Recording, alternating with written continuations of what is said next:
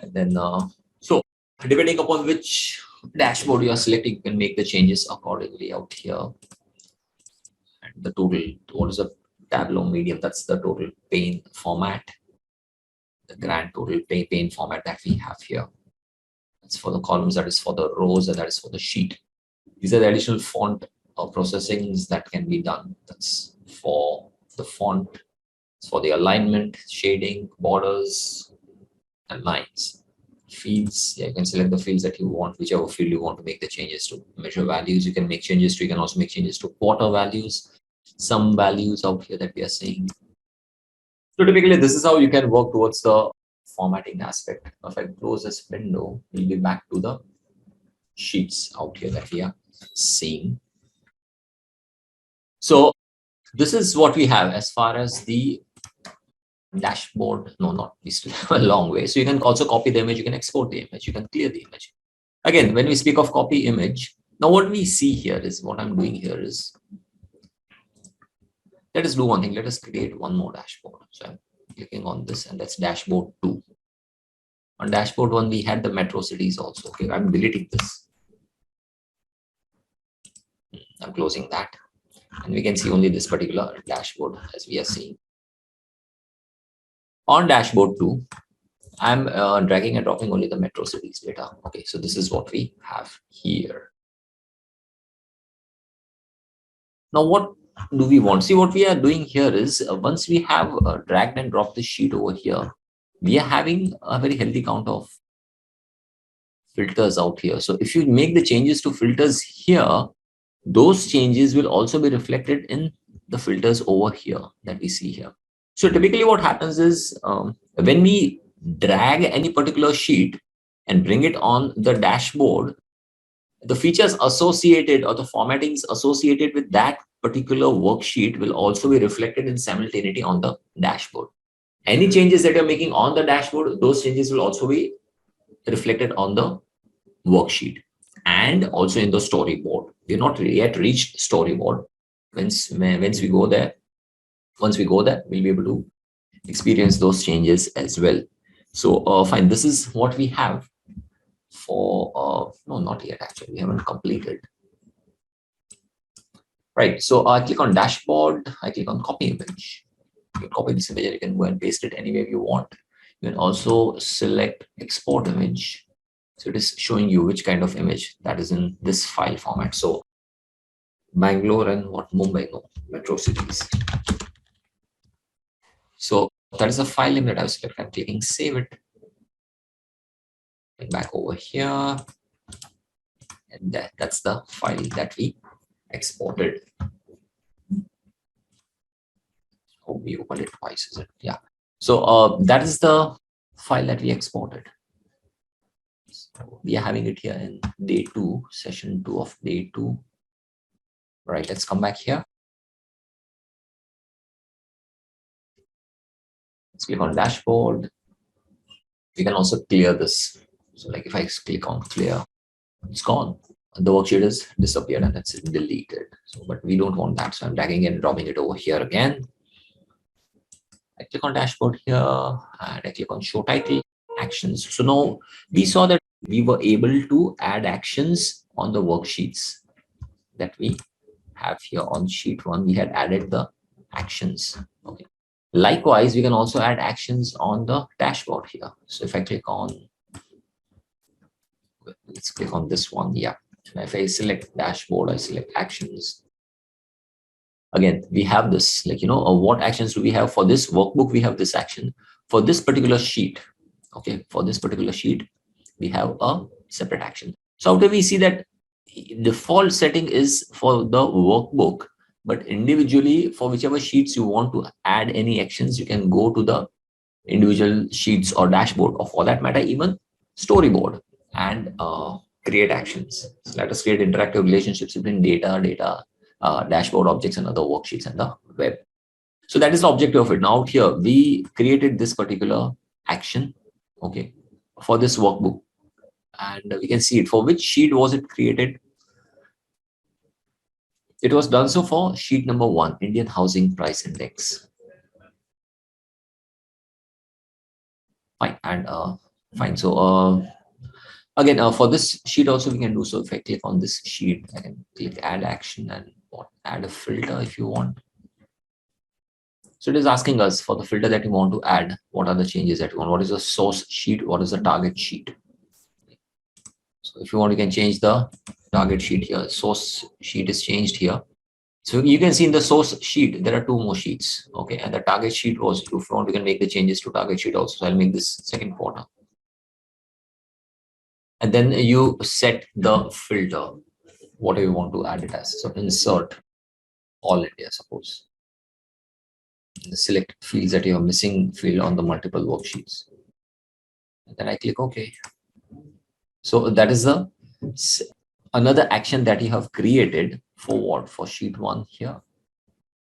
I click OK. So this is how you can create the sheets, the actions for this, for different worksheets, or for that matter, even the dashboards. What next? Let's click on dashboard. You know, you can auto update. That is something that is already selected. Run update. We can run the update that has been auto updated. You can add phone layouts to existing dashboards. You can add phone layouts to the new dashboards also. Suppose if I were to select add phone layouts to existing dashboard. So wait, where is it gone? Yeah. So that's the phone layout that we have here. So when you see this sheet, you are able to see it in this format. So this is the phone layout that we are. Do you want to turn off the auto-generated layout and create a custom one? No. But this feature is available. So if you want, you can make the changes automatically. Anyway, I have not yet reached to the layout levels, or how all can we change the features around in terms of the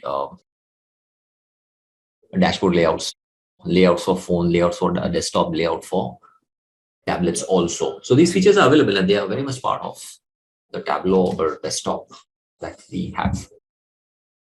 So that is one thing that you can look at. If you are selecting default setting over here, then it will come here. That's the phone setting that we had selected.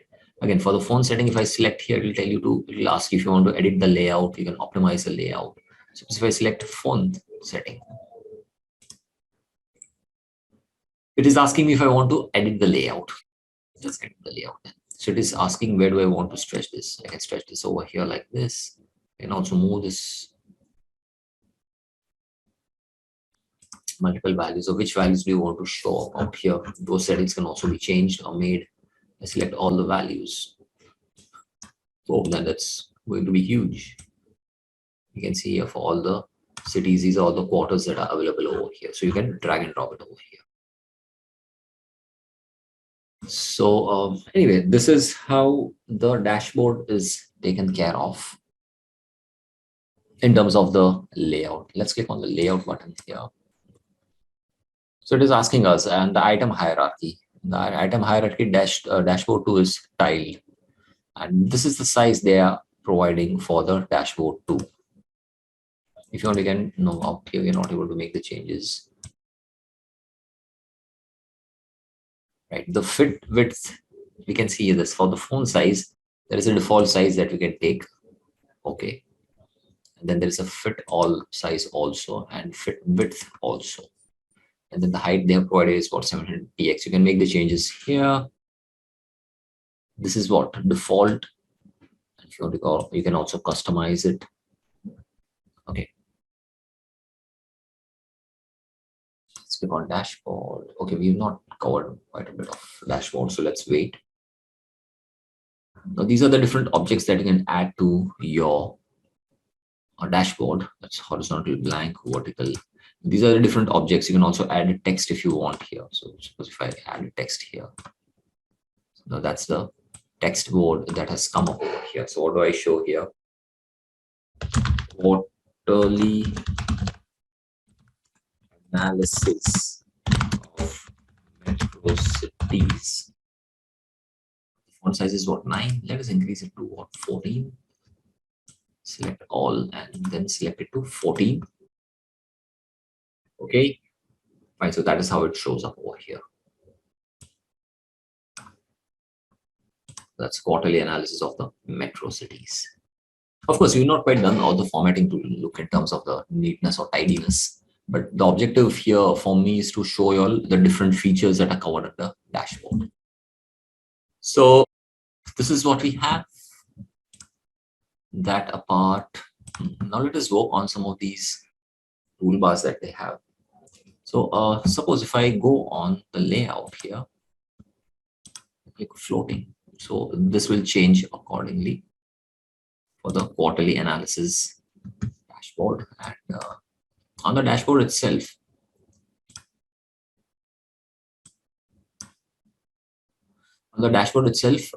if you want, we can have it here as fit width and fit all the default settings that I had showed you earlier also. So this is how it looks like and appears. On the device layouts, if you want, you can select add desktop or add tablet. So let's click add tablet. So this is the tablet layout that we are seeing here out here. If I change this to add desktop, we'll select add desktop.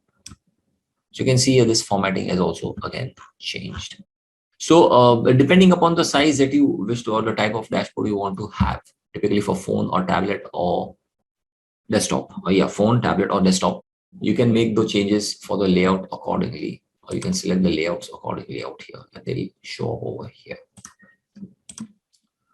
Let's click on device preview.